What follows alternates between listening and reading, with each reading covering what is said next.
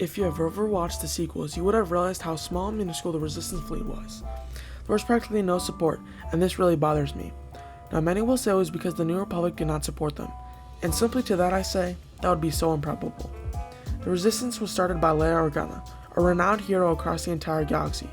She literally destroyed the Empire, and she gets no support for wanting to defeat a new, rising, Empire-inspired group. For the sake of the video, I can get past this because anything is technically possible, but what I cannot get beyond is how small and little support the Resistance had from local planets.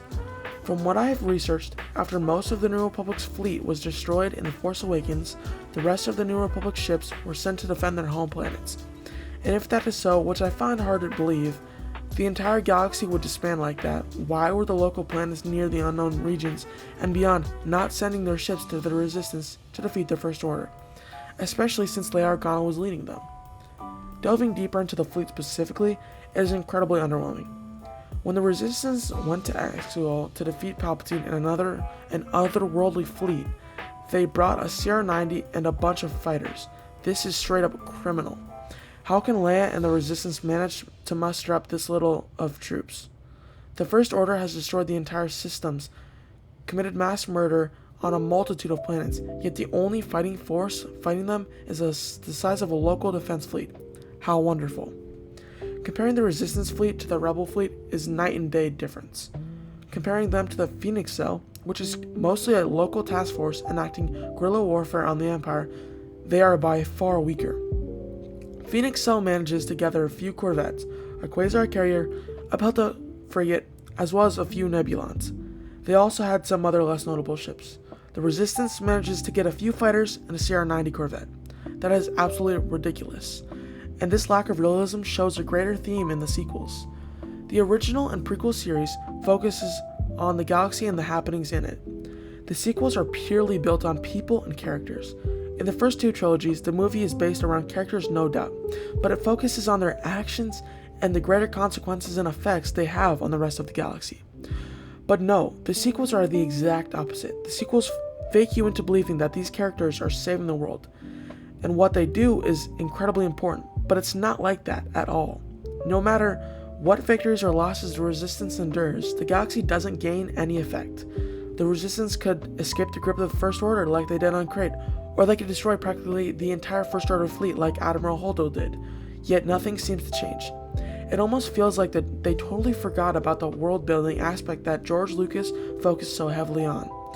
When Order 66 happens, we see the effects across the entire galaxy, but when the First Order fleet or Starkiller base is destroyed by a ragtag group of people led by Princess Leia, nothing changes. No support, no morale change in the galaxy, nothing. The galaxy feels dead, and that is one major problem in the sequels. Beyond the major plot holes, this is a greater problem. I always felt like this feeling that the movies were dead and had no actual meaning. The Resistance fleet is the prime example of that. The only change that you could say that happened was when the entire galaxy shows up in the final battle, but even that was a cop-out for a greater problem. Not one ship was sent to the crew, not one, yet when they needed the most, when they decided to attack the galactic threat, then everybody seems to realize what danger they are in, which is so strange because the galaxy already had a problem with the First Order and the threat they presented when they destroyed a major fleet and a multitude of planets. It feels so poorly thought out, and all they had to do was send a spare ship to defeat a major threat.